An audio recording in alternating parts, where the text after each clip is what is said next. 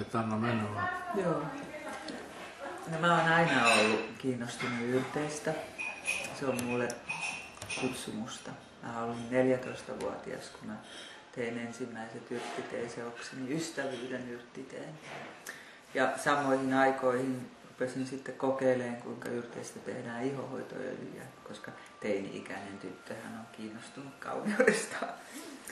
Ja mistä se lähti taas liikkeelle on professori Toivo Rautavaaran radioluennoista.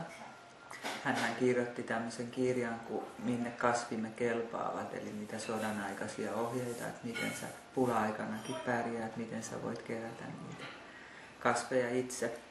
Ja tietenkin jo paljon aikaisemmin, mä muistan ihan pikkutyttönä, niin keräiltiin nokkosta mummulle. Mummu käytti sitä hevosten ja lehmien nappeena, eli voima-aineena niille hevosille ja lehmille. Ja myös kanoille käytettiin niin, että niiden kanojen munat oli vahvoja ja hyvälaatuisia.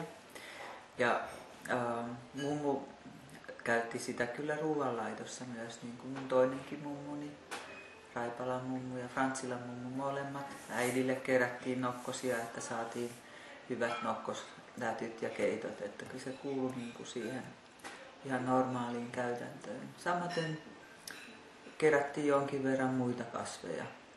Mä muistan jopa, kun tehtiin saippua, niin sinne kerättiin suopuusun kukkia, josta tuli sitten tämmöistä hienoa tuoksuvaa kotisaippua.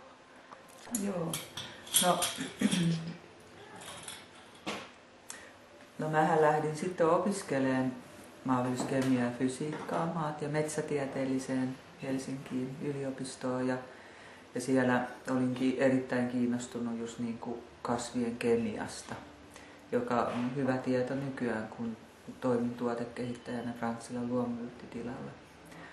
Ja opiskelujen jälkeen, kun valmistuin agronomiksi, niin lähdin sitten myös opiskelemaan näitä yrttejä. Olin Oregonissa, USAssa ja Vancouverissa. Mulla oli siellä 2 yrttiparantajaopettajaa. Mä olin tämmöisenä kisällioppilaana siellä jonkin aikaa. Samaten opiskelin ihan sitä, kuinka yrtit viljellään, niin että sitten kun löysin miehen myös sieltä, niin sitten me lähdettiin täällä vuonna 1981 viljelemään yrttejä. Ja